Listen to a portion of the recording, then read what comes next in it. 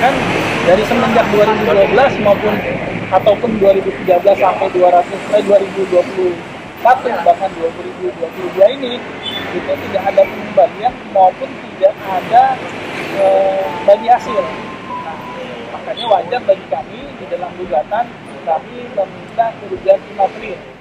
Komitmen dari para hakim ini perlu kita pegang dan kita kawal, karena masyarakat dan para investor berhak tahu bahwa sebenarnya telah terjadi sebuah komitmen yang tidak ditepati.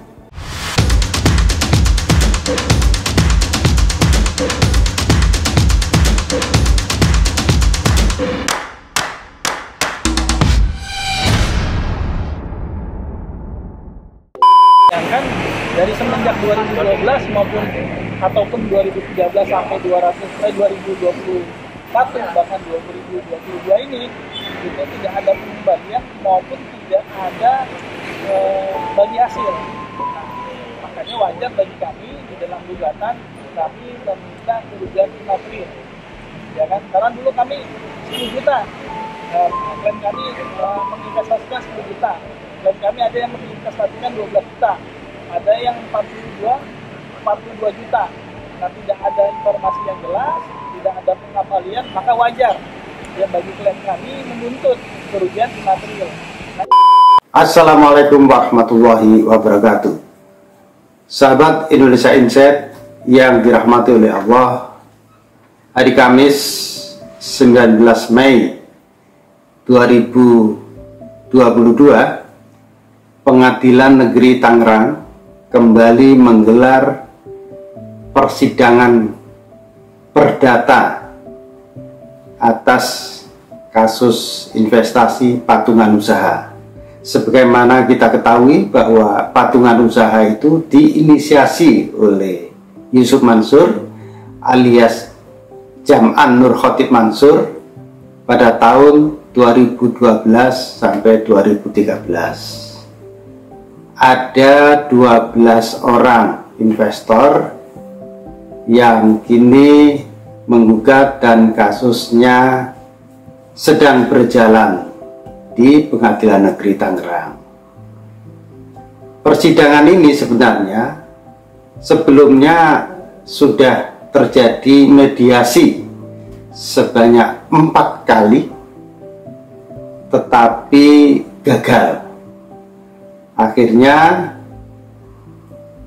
persidangan dilanjutkan memasuki pokok perkara. Nah, perlu kita ketahui bahwa investasi patungan usaha ini ada wujudnya, yakni Hotel City di Tangerang. Tapi hotel ini sampai hari-hari ini juga masih belum bagus tingkat huniannya, bahkan nyaris tidak laku. Para investor dijanjikan setiap tahun mendapat 8% dari investasi yang ditanam. Ada yang 10 juta, ada yang 12 juta. Dalam mediasi sampai pada mediasi keempat, para penggugat bersikukuh bahwa mereka meminta uang pokok plus kerugian imaterial. Kerugian imaterial sebesar 500 juta untuk 12 orang. Tetapi dari pihak Yusuf Mansur hanya menyetujui pengembalian uang pokok plus 1 juta uang kerahiman. Karena komitmen awal tidak dipenuhi oleh saudara Yusuf Mansur, di mana uang kerahiman itu diberikan setiap tahun sebesar 8%, maka terjadilah deadlock. Dan karena deadlock pada persidangan tanggal 19 Mei 2022 ini, pihak penggugat menuntut Yusuf Mansur untuk membayar kerugian material sebesar 260 jutaan untuk 12 orang dan kerugian imaterial sebesar 500 juta. Inilah sidang-sidang yang paling melelahkan dalam hal mediasi. Sebab sebelum-sebelumnya dalam perkara dan kasus yang dialami oleh Yusuf Mansur, sidang mediasi itu paling hanya sekali, dan sekali itu selalu deadlock.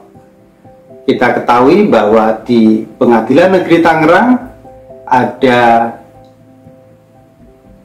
3 gugatan. Gugatan pertama itu tentang patungan usaha dan 2 gugatan tentang tabung tanah.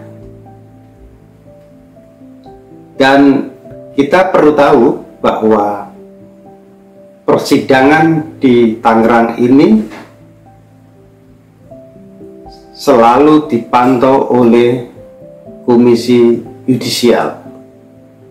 Jadi para pihak termasuk hakim tidak bisa sembarangan memvonis, nanti keadilan mesti ditegakkan, dan itu bukan hanya dikawal oleh proses peradilannya, tetapi masyarakat juga berhak tahu bagaimana proses itu terjadi. Dan seorang hakim di Pengadilan Negeri Tangerang pernah mengatakan bahwa persidangan tentang Yusuf Mansur yang ada di Tangerang selama ini selalu dipantau oleh Komisi Yudisial. Oleh sebab itu mereka akan serius menangani ini dan tidak mau main-main. Komitmen dari para hakim ini perlu kita pegang dan kita kawal, karena masyarakat dan para investor berhak tahu bahwa sebenarnya telah terjadi sebuah komitmen yang tidak ditepati, dan itu terlihat ketika proses mediasi.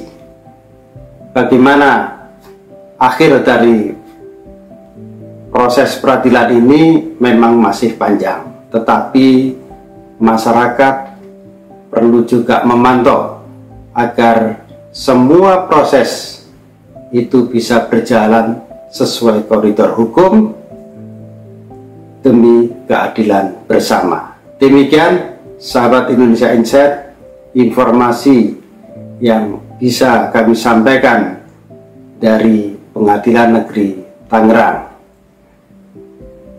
Jika video ini bermanfaat, silahkan di-share sebanyak-banyaknya, dan jika perlu dikomentari, silahkan di kolom komentar. Billahi taufiq wal hidayah. Wassalamualaikum warahmatullahi wabarakatuh.